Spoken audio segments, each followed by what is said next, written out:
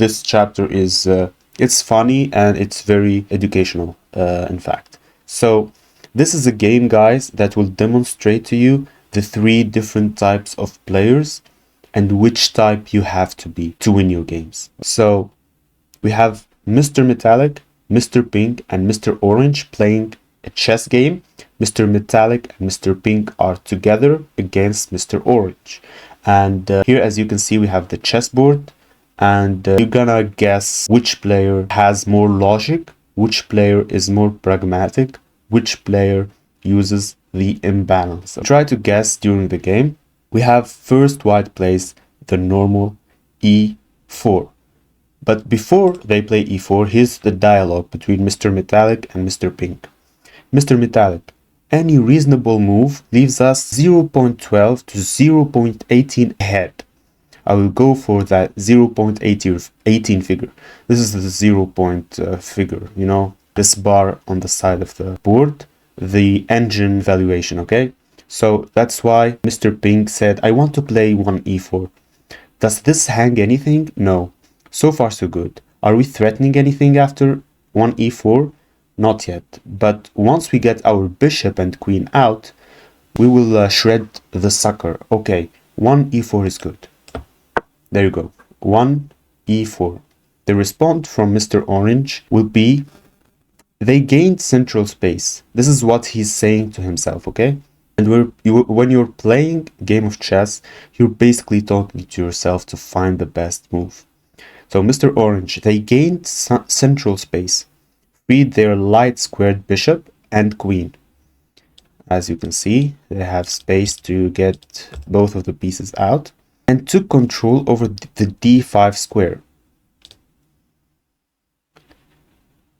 1 e4 is obviously a good move, but my very strange looking opponents seem to be aggressive sorts, so I will throw a bit of violence back at them and see how they react. 1 d5. Mr. Metallic here said, an inferior reply. Now we're 0.37 up. Victory is almost ours. This is Mr. Metallic, okay? Mr. Pink says, danger, danger. Our e-pawn is hanging. We must take his pawn, and when he recaptures, we'll bring a new attacking piece and attack his queen at the same time. So he's saying, when we take and he takes, we'll bring another piece to attack his queen. That's how Mr. Pink thinks. So effectively, he took this pawn. And Mr. Orange replied with, okay, they played the best reply. I will develop a piece and take back on d5 with my knight. I've looked at this line a bit. It's interesting. I don't know the whole line. Let's play knight to f6. Normal move, developing your knight. So from this dialogue, from these first moves, can you guess which 3 types of player are we talking about? So the white pieces are played by Mr. Metallic and Mr. Pink, and the black pieces by Mr. Orange. So Mr. Metallic, he says, I think we can win material by definition. I will eat everything that's offered. And Mr. Pink said he didn't allow queen takes d5, knight c3, where he attacks the queen, because we didn't take here. He would be dead meat then.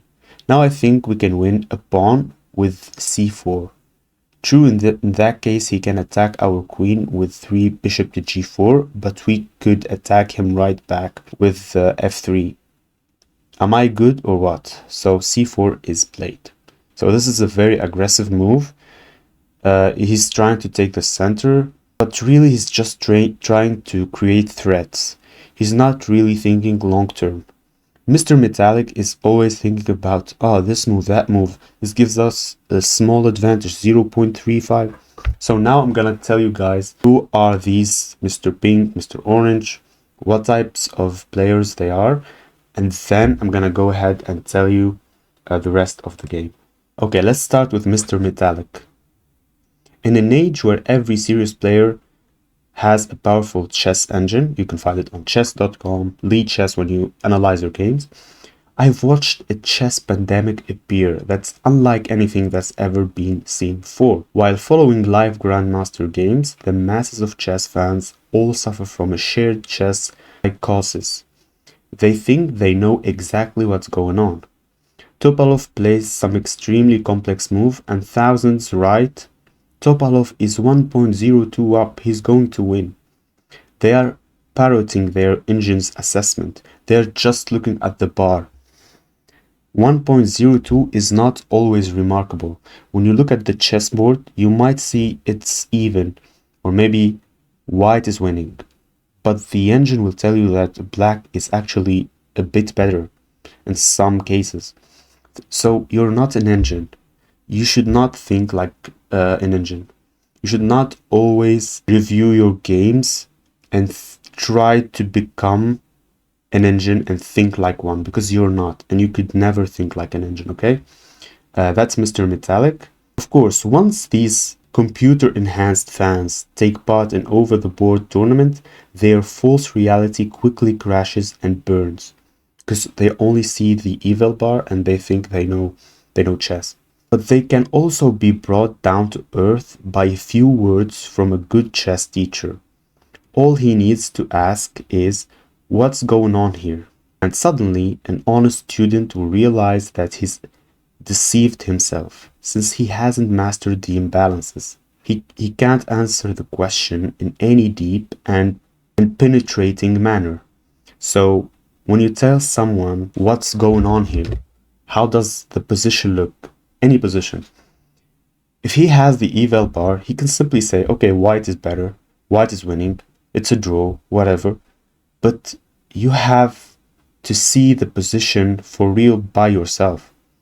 It's not about the material, it's not about some details, it's not about who has more threats, it's always about the imbalances. If you're always looking at the chess engine, you will not get better at chess. If you're just trying to learn lines and remember long, complex games, you're not going to get better. You're going to get better by simply applying the imbalances. So Mr. Metallic is basically an engine. Mr. Metallic was created to show how nobody thinks like a computer. Nor would we want to. Chess is a game rich in emotion, art, the rush of competition, and the joy of creation. Streams of variations and displayed numbers 0.31 turn a warm, extremely human game into something cold and unknowable. Now we move on to Mr. Pink. Okay. When you don't have a grasp of the imbalances, you're left with absolutely nothing. Or, as in the case of Mr. Pink, with caveman basics like attack, defend, threats, and calculation. These are good things, everyone needs them, but is this simplistic ABC approach all you need for yourself? Of course not. You need more than, okay, let's attack this piece. Let's move this just to attack another piece.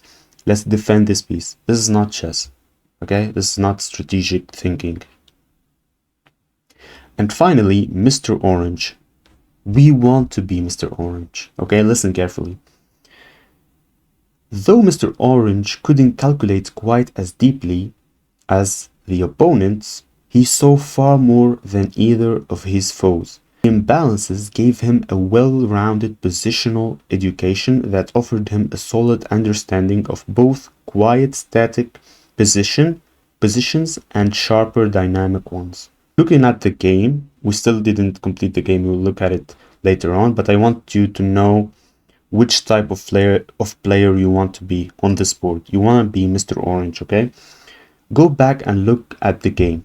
It's clear that Mr. Orange was the only one that had any idea about the position's secrets and ultimate worth. Now we turn to you, the reader of this book. You might not calculate very well, or you might calculate better than Mr. Orange. But wouldn't you rather be in Mr. Orange's shoes? If so, you're on your way to acquiring the knowledge that most players don't have. Most players simply cannot look at the position and decide who's better and build a plan. And that's why you need to be Mr. Orange. You need to be the black pieces, in other words. Okay, so after c4, Mr. Orange, he says to himself, the vacant look in their eyes tell me that they don't have a clue. Of course, I can't be sure of that. Perhaps they intend to answer my c6 with d4. I can't be sure. And then we will transpose into a Banov-Botvinnik variation of the Caro-Kann. Since I'm mainly a Caro-Kann player, I don't mind this at all. So he goes ahead and he plays c6. That's c6, not this, of course. Okay. After takes, okay. And after this, they would play this. That's what Mr. Orange is thinking about. Mr. Metallic says he's giving us a pawn. We will have at least 0.26 plus. And Mr. Pink, who only thinks about threats and thinks about, okay, let's protect this piece, that piece. Simple chess. He says we can chop on c6 when we are a solid pawn up. What if we take by d takes c6? So we take the pawn and he attacks us with bishop to g4. We can still attack him with f3, this move, but I see something that's really cool. C takes b7, so we go ahead and take b7. That's what he's thinking about. So Mr. Pink is basically thinking about, okay, here, here, here, he goes back somewhere, and we take this. So he's only thinking about threats, and he's trying to calculate. And after all of this, we have d takes c6. So they both agree on taking here. Mr. Orange, I didn't think they would go for that. I'm now a pawn down, but after I recapture with my knight, I'll have a lead in development. Is that an imbalance? Is a lead in development one of the imbalances we learned last time? Yes, it is. If you didn't watch the last lecture, go ahead and watch it right now and then come back. So if we eat with the knight and not with the pawn, we will gain time, we will gain development. So he goes ahead and takes with a knight. Knight takes c6. Mr. Metallic, a pity. The other recapture gave us at least 0.72 advantage with a pawn, which is not logical, of course. Now he has some play, but a pawn is a pawn, so we should be happy because they're a pawn up.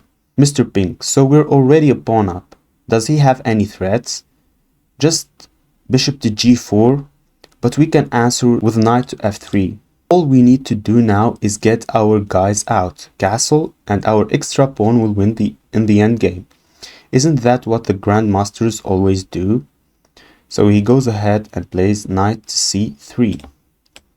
And even if that happens, Mr. Pink said, okay, let's play this or this. Mr. Pink is simply thinking about the threats, while Black, Mr. Orange, is thinking about, okay, if I take with a knight, I have a lead in development. If I temporarily give up a pawn, I might have a better structure, or I might have a better Luft for my bishop. Luft means more area, more space for my bishop to move. So after knight to c3, we have e5. Because Mr. Orange thought I own d4, but I would like to increase my control over the square again. So he owns d4, but he wants to put more pressure to control it with more pieces, with 3 pieces now, because d4 is one of the most important 4 squares in the game, and now the knight could land here. And this is an outpost. This is a superior knight, one of the imbalances. We have as a response d3. Why d3? This is the dialogue that happened between Mr. Metallic and Mr. Pink. Okay, Mr. Metallic, 0.09. We're still in charge and we're still a pawn ahead. This is how the engine thinks, apparently. Mr. Pink responds, he intends to answer knight to f3 with e4. He intends to respond to knight to f3 with e4, attacking our knight. Fortunately, we should play d3 when its pawn advance is stopped. Then we can follow with knight to f3. So he's preparing the place for his knight. He's saying, oh, if I play knight here, he will push, so let me push this pawn before that. Does he think about the imbalance? No. Does he think about the position? No. He's just thinking about the threats, his threats and the opponent's threats, which is the wrong way to see things. So after d3, Mr. Orange says, okay, I have all sorts of good positional options and I'm a bit confused. Bishop to b4 and bishop to c5. The first one is bishop to b4 and the other one is bishop to c5, this one. So he's thinking about these two squares, which one is better.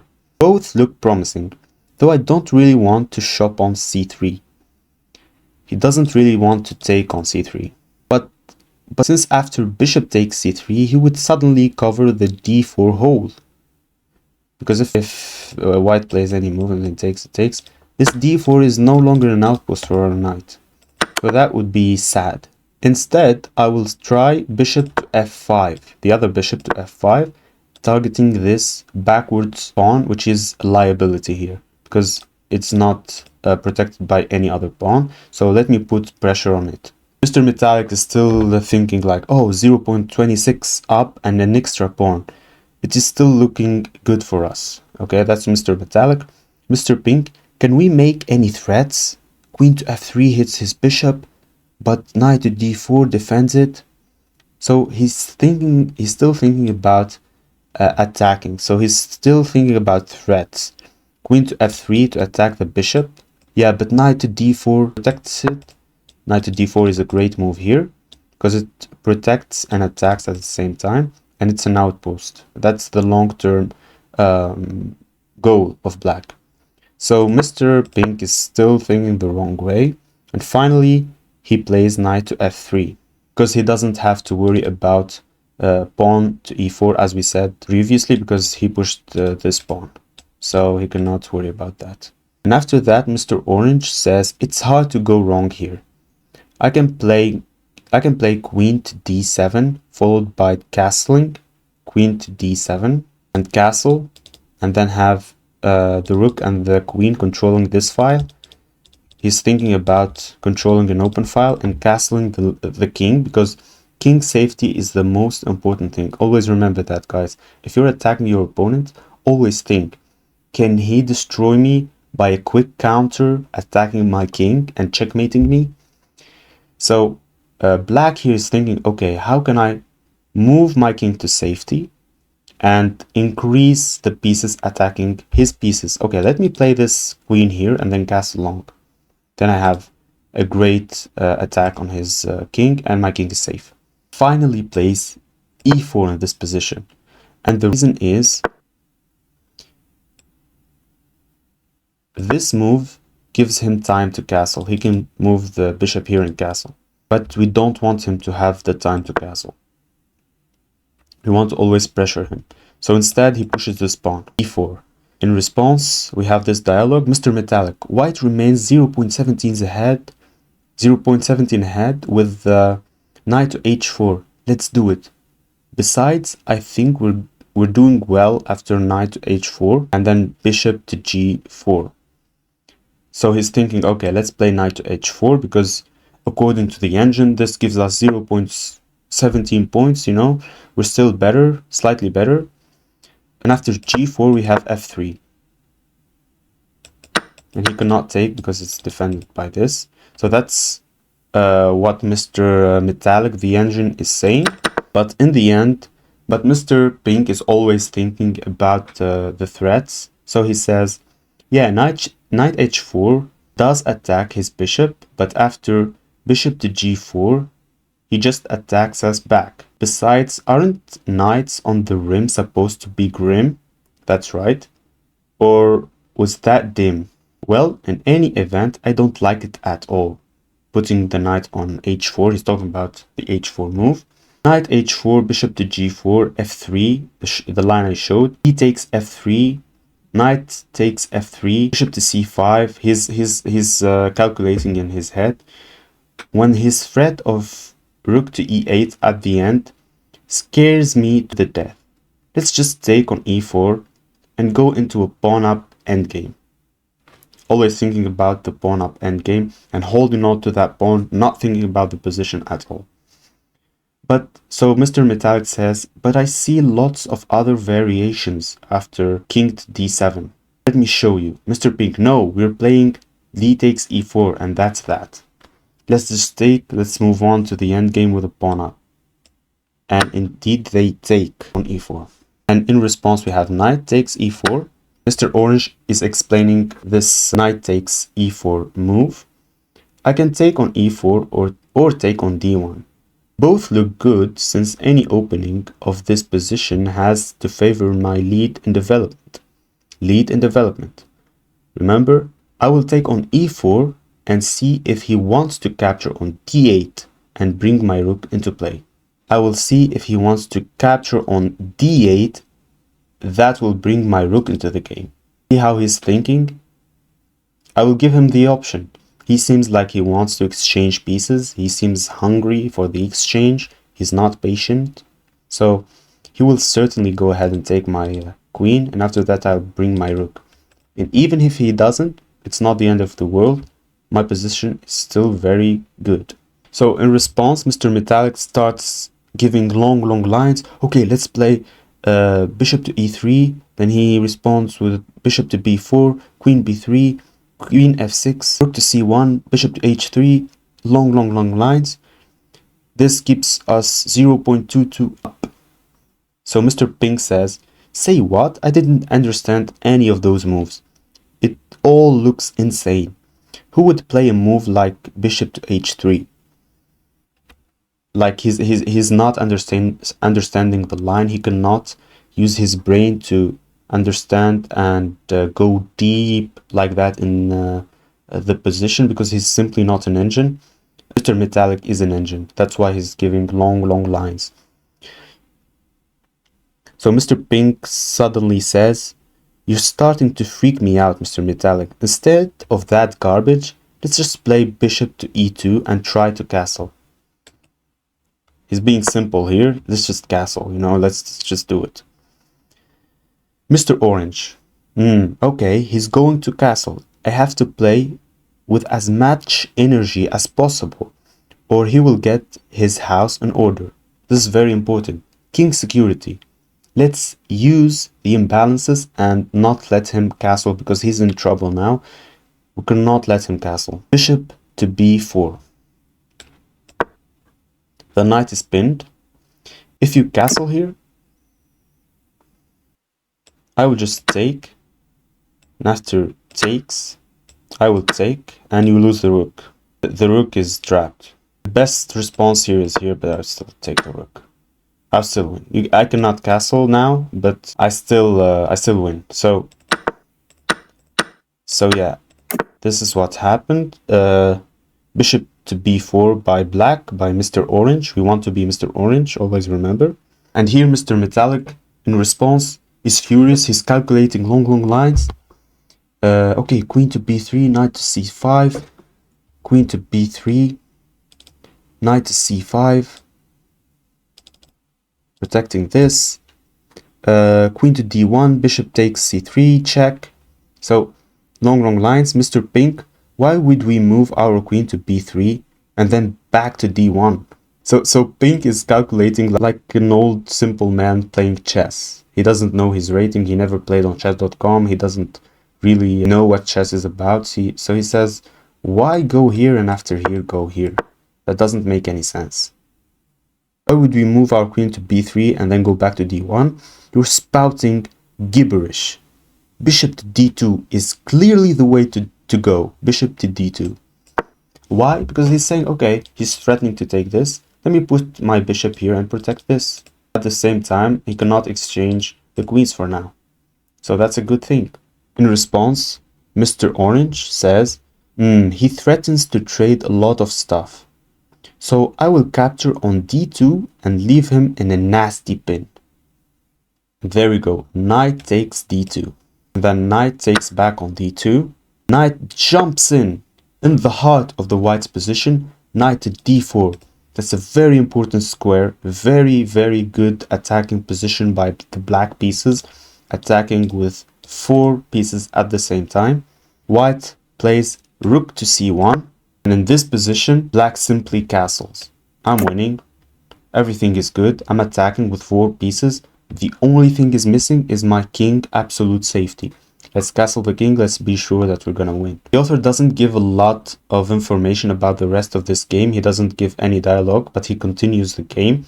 But here, black is already winning. Let's continue. White plays knight to f1 here. Going back, he tries to go to e3 to attack the bishop and put his knight on a better square because the second rank here is terrible. And now, queen to g5.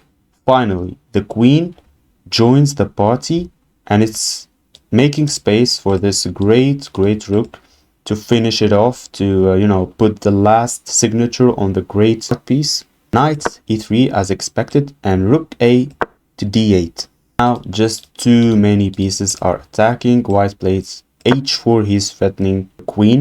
But then we have queen to f6, moving out of the danger and putting more and more pressure on this weak square. And lastly, white gets to castle, but it's too late. He's losing, his pieces are crashed completely. We can take this pawn, but we don't really have to. Knight takes e2. The queen takes back, leaving white with a terrible pin on d3, pinning the queen to the rook, and here white simply resigns. That's it. This is how you should play, guys, using the imbalances, using the position to build the plan, as we said in the first part of this lecture. And you don't have to be Mr. Metallic. Never be Mr. Pink. Be Mr. Orange. Think logically. Don't think about the threats and defending. Don't think about one moves and don't calculate too much. Just think about the imbalance and build a plan. Look for the outposts, look for the pawn structure, look for the open files, look for the key safety of the king, and you'll surely find a way to build a plan and to destroy your opponents. That's it for today, guys. Subscribe, follow me on TikTok, do it all. Share this video to your friends so that all of you can get better at chess. This course is for free and it will continue to be for free. So yeah, I would really appreciate some support.